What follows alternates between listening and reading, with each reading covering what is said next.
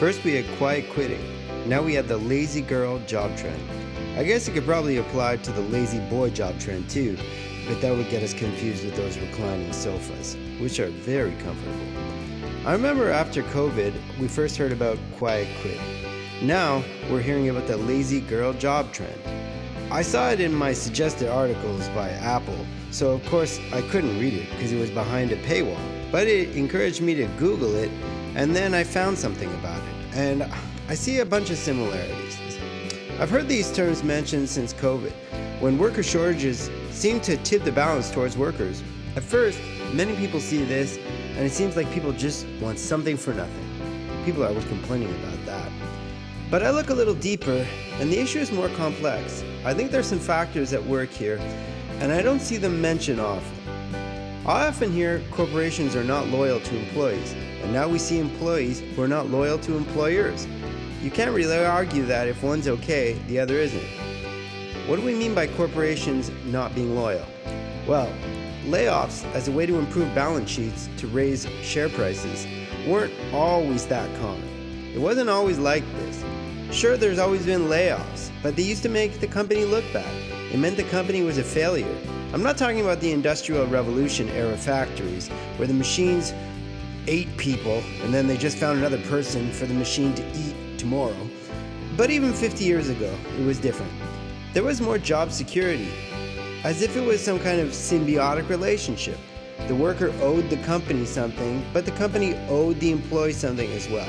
So back to layoffs. Layoffs had a stigma to them. They didn't happen just to boost quarterly earnings, even when things were fine. They happened when the industry was in trouble.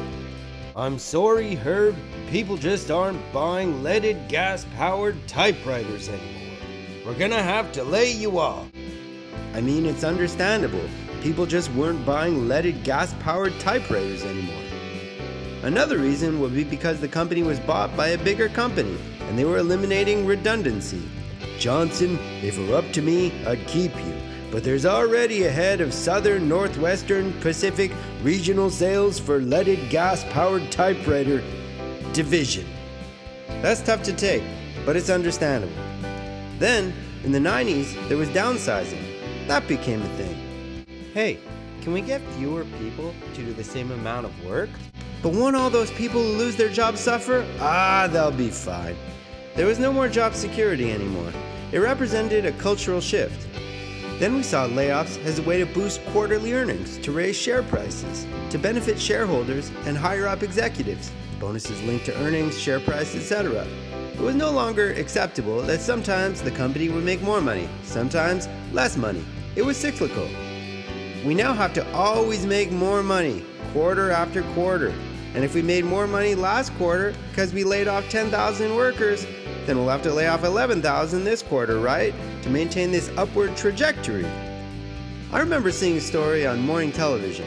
How to justify being laid off in future job interviews. How is this acceptable and even necessary? Shouldn't it be the opposite? How to justify for future employees why you laid off 12,000 employees last quarter, and that the pressure to lay off 13,000 next quarter will be immense. It probably won't happen to you next quarter. We have a lot of employees though, and there'll be a lot of layoffs. Chances are it won't be you. You don't live in Shreveport, do you? As long as you don't live in Shreveport. Which Shreveport? All the Shreveports. Your odds would be significantly higher if you live in a Shreveport. But all that to say, there's another issue that I haven't seen mentioned too often. Though it's very possible it's been mentioned thousands of times, and they were just behind a paywall or something. Who gets laid off? The higher the salary, the higher the chance that you'll be noticed on the balance sheet first. They'll lay off one $100,000 salary and keep two $50,000 salaries. The math just makes financial sense. But what did that employee do to make $100,000? They were probably promoted for all their hard work. They came in early. They stayed late. The boss noticed them for their exemplary performance. Then fast forward to quiet quitting and the lazy girl job trend. The employee doesn't want to be noticed.